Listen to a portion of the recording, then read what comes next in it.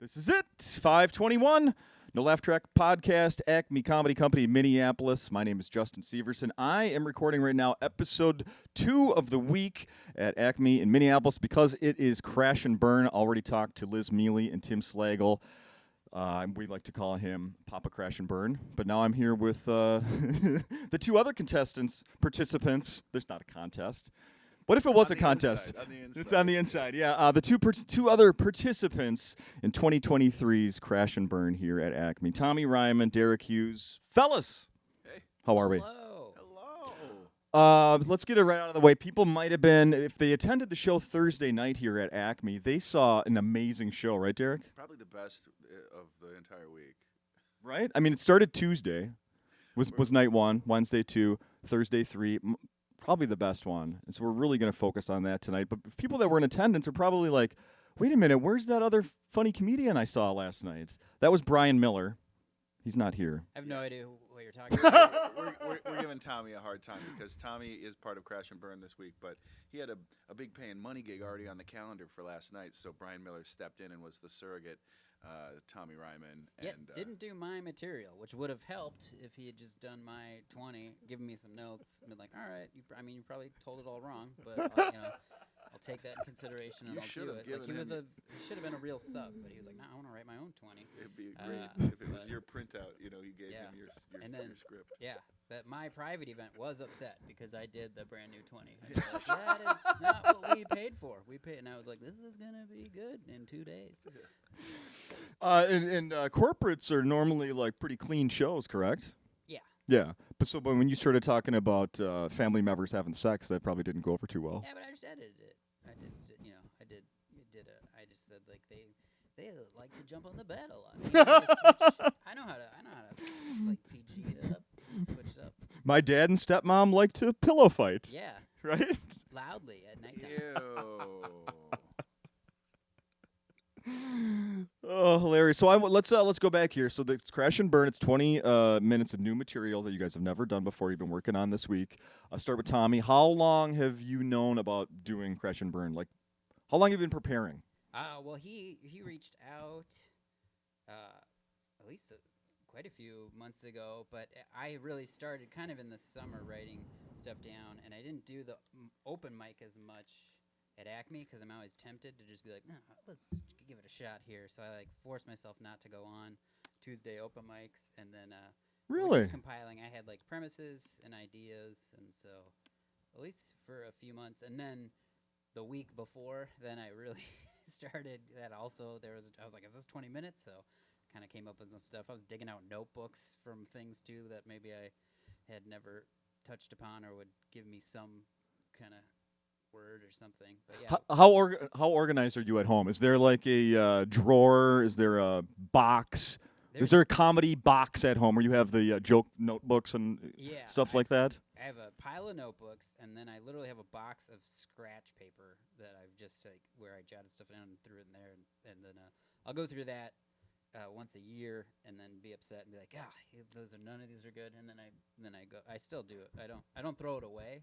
I'll be like, I'm gonna look at this box later, and maybe it'll spark. But yeah, there's always stuff that I can grab or look for. Sure.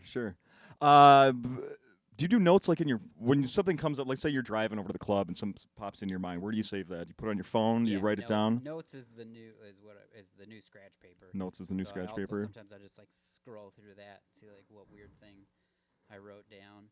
I used to leave myself voice memos before I had a smartphone. Like I would just call and leave myself a message. But sometimes I would get ideas when I was having a little party, getting a little wild, and then I would listen to it and I'd be like, I don't know what Tommy's telling me.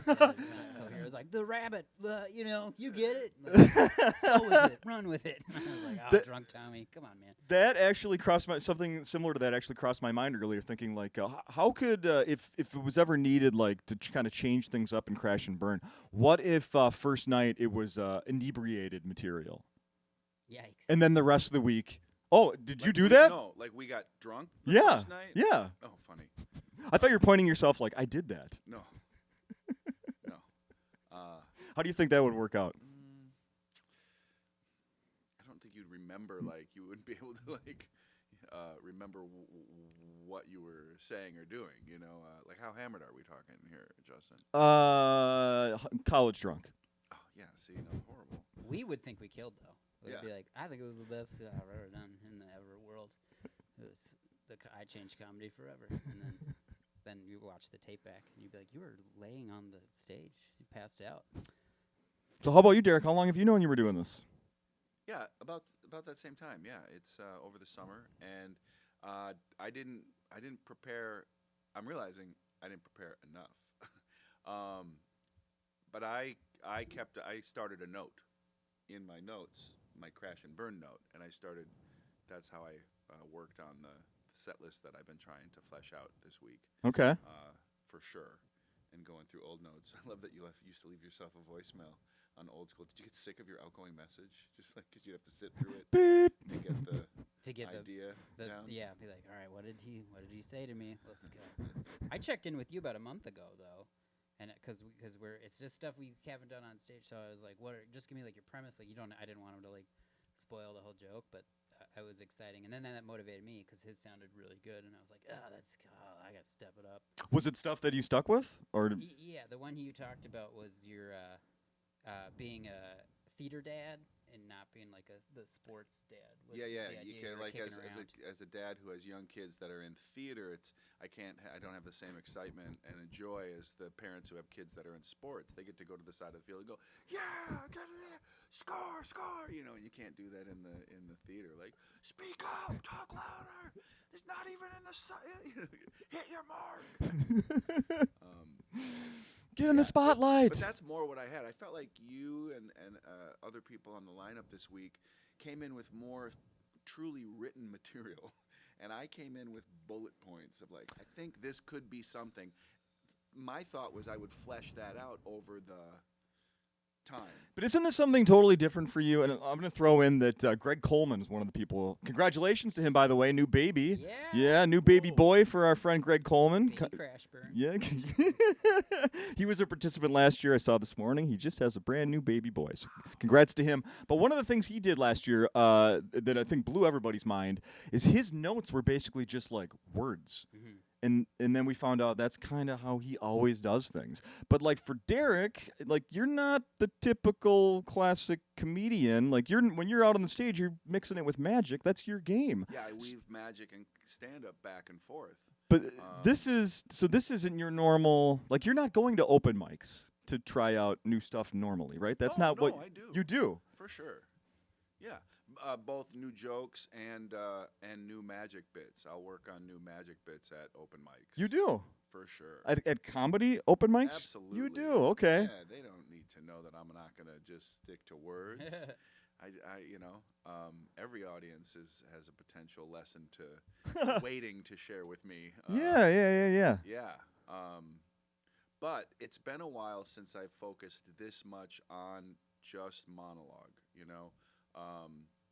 There was a window of time when I really got passionate about, being more serious about my voice as a stand-up, where I was booking myself, getting booked in the feature spot, and didn't do any magic. And I did this for the better part of a couple years. I did a lot of featuring just as a stand-up, so I could feel strong, because my strength definitely was magic. That's where I had many more years of experience. Yeah. And they're very similar, in the way they structure. Like a joke and a trick are very, build, premise, and then a surprise that seems inevitable but still surprising. That's ideal with a joke and a trick. So, but I've been a little lazy in my development of new words and sort of jokes in my working set. Sure, and you're basically addressing that on stage. Like that's part of what you're doing. Like, hey, now I have a deadline. Now I'm forced to do this, but normally I don't really. Well, that's one of my jokes. I don't need to come up with anything new because I love that angle. I love that angle. I do by the too. way. I think it's very funny. And I'm gonna roll with that. I do like it. That idea of having that sort of POV in a longer headline show. Like, look. I'm checking the clock, I'm at work. But you've had an improv background as well, right? That's right. Didn't you do comedy sports a long time ago? Or I did Groundlings, Upright Citizens Brigade, Improv Olympic. I was with Dudley Riggs. Improv, lots of training, lots of stage time doing improv for sure. So coming onto, I'm sorry, go ahead. No, yeah, because sometimes we'll have our words, or because there has been things just me on stage that it just popped in. Like I had the premise, and then the crowd, or it'll just your brain all of a sudden is like, there you go, barf that out and try it. So, and I feel like all of us have had a little of that, just, and then improv background helps. 100%. And here, but I'm thinking about it. Just we're so immersed in it this week. Really, like Justin, like we're here talking on this podcast, and my brain's like, I should be at the hotel writing more for tonight. But I lean on that improv experience a little too much, and also in my stage set, I do a lot of audience participation, which is inherently entertaining and funny and interacting with the human in the moment.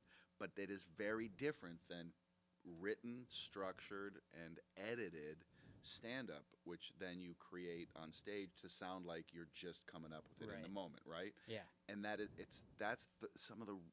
really important to give that time and attention to that. And I'm lazy, so I'll rest on the fact that, well, I know something funny will happen, or I can riff around this bullet point, but that's not the same as what I'm personally being forced to do. And watching you and Liz and Tim, you guys, I'm just totally inspired by seeing your notes and how you've come in and how you've moved a bit in one day from where it was last night, and seeing it evolve and blossom is intimidating and inspiring, and I'm feeling it move a little bit in my own effort this week. But oh man, I heard an interview of Frank Caliendo recently, who was just here at Acme a few weeks ago. Great show. I saw first night. Of course you always go to the good shows here. Yeah. I should always expect to see you at those shows. I didn't make it to those. I was busy those days. But in any case, I heard an interview with Caliendo, and he said, I don't get up and write unless I have a reason to, because I'm semi-retired. And I even thought that was his explanation for those shows that week at Acme. Like, I booked these. It's forcing me to write. Otherwise, I don't have a reason to. Right. Yeah. I think part of that is when you become a work. So back in the day, right? Like, this enters my mind a lot. During vaudeville, a variety artist would come up with 10 minutes, and they could work for a lifetime. Yes. Touring the Orpheum circuit as one of a 10-in-1 show where there's 10 acts that just rotate all day. They used to do that. You'd go to the theater and you'd buy your ticket and you go in and you see the juggler, and then the tightrope walk and the singing and the comedy duo, and then when it got back to the juggler, oh, that's the show. So you'd get up and leave. Wherever you entered, that would be your end point. And they just rotated the show all day. And this was a circuit and a career.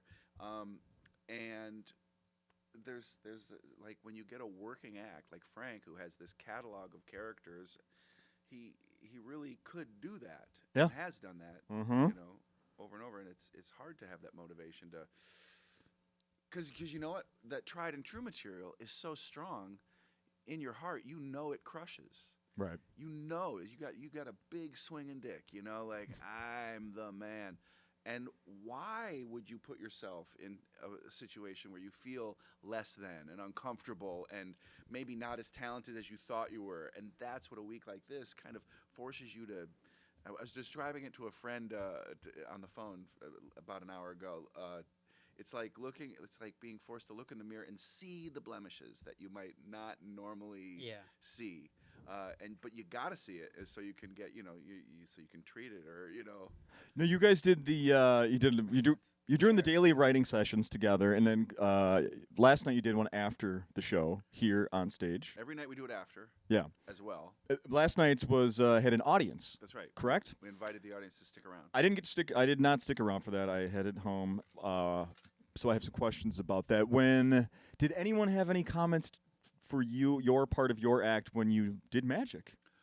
I mean, can they? I mean, how are they going to critique your magic? No, it actually, Brian brought it up. It's like, well, I guess, and we can't really talk about the magic, and I said, no, we can, because I want to hear what the audience's impression was of the story. Right now, it's a brand new trick. I think it has a place in my working set, and I think it can be entertaining, and I think it can be amazing.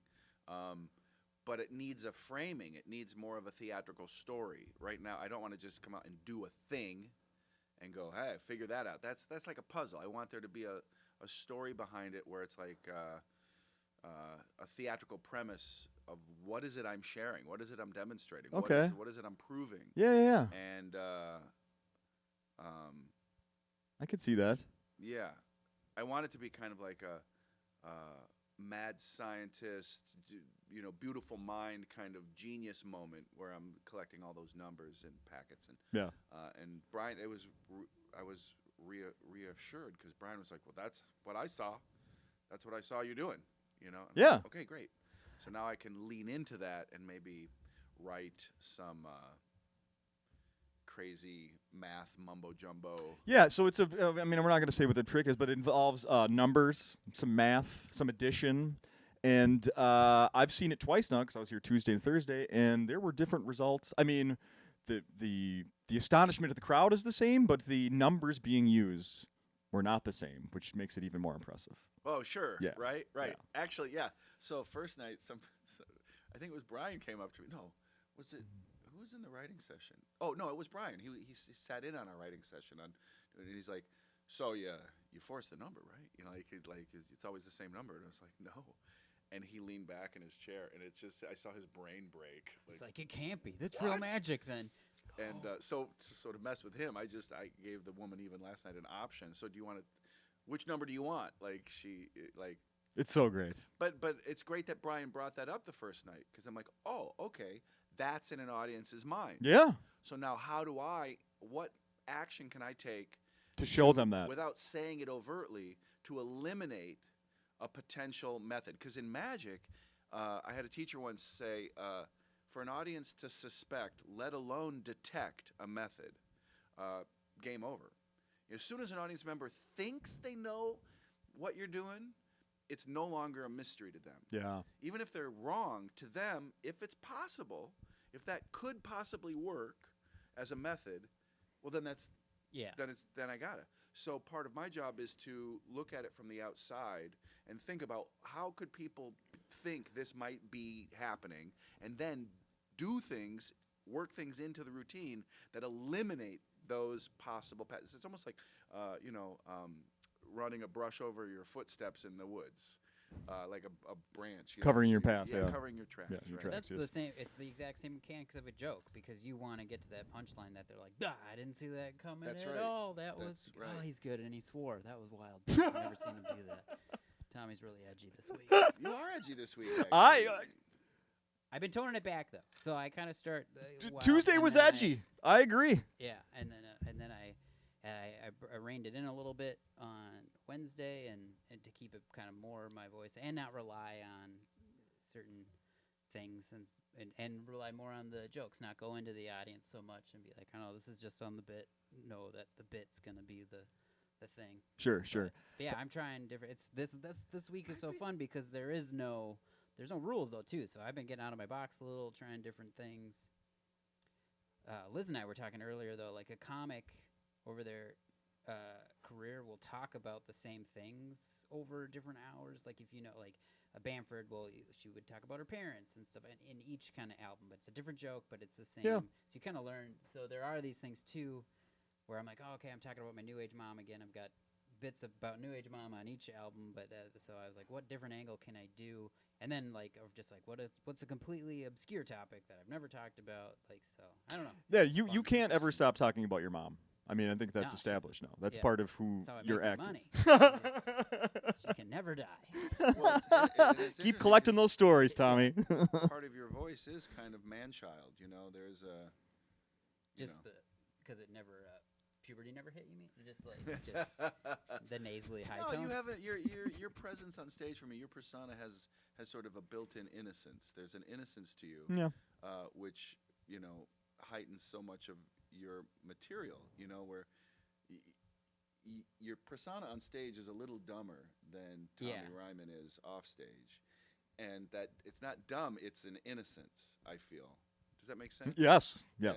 And so, having your mom be part of your, catalog makes all the sense in the world.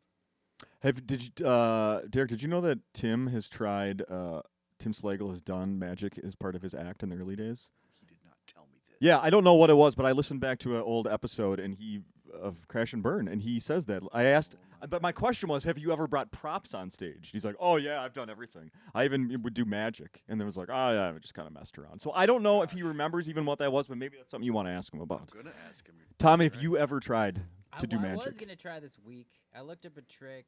For real? But You brought cards. You I can know, do 'em. but I just didn't. And then I was like, I don't want to focus the time on that. I mean, it's your like it just. I would have not have used it. So I was. That's like, right. I don't, and then and it would have been fun to like follow after you. I was like, if I follow after, which I did the one time, I was gonna maybe go to it, but I just wrote so much material, and I couldn't. And I'm trying to get to Brag. the Oh my magic. God. He's got a big swinging dick now. No. But it would have been. I mean, it would have been like if when you challenge yourself feature doing comedy. I'd have never challenged myself to go feature doing magic because I know nothing about it. It's So interesting what you say too. Like you know you Huh. wouldn't use it. It doesn't necessarily make sense for you to do anything this week on this set that's too referential to this set. Yeah. Like I've been opening with "Welcome to Take Your Audience to Work Day," and I wrote a little bit on that yesterday that I folded into the show last night. Like, what other careers would you take? You wouldn't want to go to work yeah. with them. But I realized that that's written for tonight, Yeah. and Good point. I can't walk out on stage and do that bit.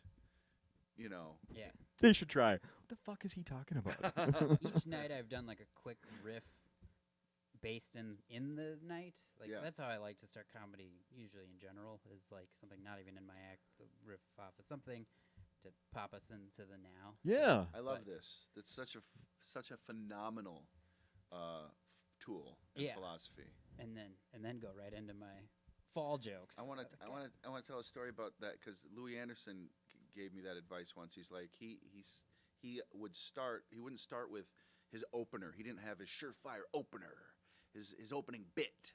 He would start with, and it wasn't even a joke. He would start with his most immediate and pressing concern or insecurity or fear. Oh wow. Okay, so cut to, I'm like, what does that even mean?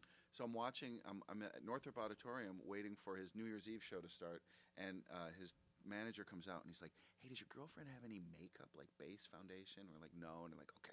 He races off. Starts 15 minutes late. Louis finally comes out and he's like, hey, I'm sorry I'm starting so late. I didn't realize there was these big TV screens, so I was trying to find some makeup. And the audience blew up and Yeah. laughed. And now he's open and vulnerable, and we're all present and in the now, and now he can go into and do no wrong. Yeah. That's Yeah. a great thing. Yeah, it really is the different than what a lot of people like. You put your good joke up on top, get their attention, get their eyes on you. They're judging you as soon as you get out there. And this is more like, I'm doing it my own way. Well, or it's fully embracing that and being real. Yeah. Like you can't judge something that just is. Yeah. Yeah. So you're just saying this is, and you're like, oh, the audience is like, oh yeah, that is, and now you can go to the bullshit. Yeah. So- Then into the tried and true jokes. Yeah. So how would you critique you've done it twice so far this week now, Tommy. How would you critique yourself? Your 20 minutes so far. Happy. I was really nervous about Wednesday because Tim kind of talked about the Wednesday curse. Cause Yes. Tuesday you got the energy. You might have had a drink, so to knock off the cobwebs. And then your Wednesday, I was more focused because you also they're giving you tags and ideas. So I wanted to make sure I get that in. So I was more focused Wednesday, and then it went well. But I could tell I tightened things up. I'm excited for tonight. But I've missed a day, so I'm a little nervous that I'm behind but. Okay. I just love the process. I've been waiting 12 years to do this. I've been coming to Crash and Burns since the first. I'd always try to go on a Tuesday and then check out the later one. When I was living in LA, I'd fly back and usually get to catch one. You'd come back for the show. If I was in town, I usually that for some fantastic? reason it would lined up. I would have something That's going amazing. on. And I've caught a lot of them. It's funny you say that Wednesday curse, and Tim was saying well, we didn't really have the Wednesday curse this year, and but I felt the Wednesday curse. Yeah, Derek thinks he did, but I watched yeah. the tape too, and it's not A little bit of a dip, you're saying, right? It was more internal. The for opening night is it's a free fall. Yeah. So you're bulletproof because who knows? And then it goes better than you maybe hope or expect. So you're like, okay. And then that next night, again, now you've got notes. Now you've been thinking about it. You watched how it went. And now it's like I fell into the trap of trying to recreate. Mm-hmm. And I found myself that second night more in my notes rather than just taking them and riffing. Again, that danger of trying to recreate and trying to get it right when it's not deep in you yet. You know, like the words haven't. It's far from off book that second night. Yeah. So yeah, it just felt way more in my head. And that's why I never did acting, because I was so bad at memorizing lines. So even when it did get to the playtime, you could still see me never listening properly because I was always trying to think about what I'm saying. And that's the one thing about acting is you have to have your lines front to back. You shouldn't even have to think about what's coming out. Tell them, how do you do it? You've acted. How do you do it? Very good at memorizing, probably. I don't know. Well, here's an honest tip. When you do your script analysis, the lines are very important, but almost more important to memorization is the subtext.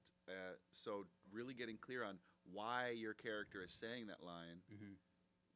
What are they thinking? And if you're clear on what you're thinking, then the lines are motivated and kind of come much more naturally. Does that make sense? No, and that's why I would.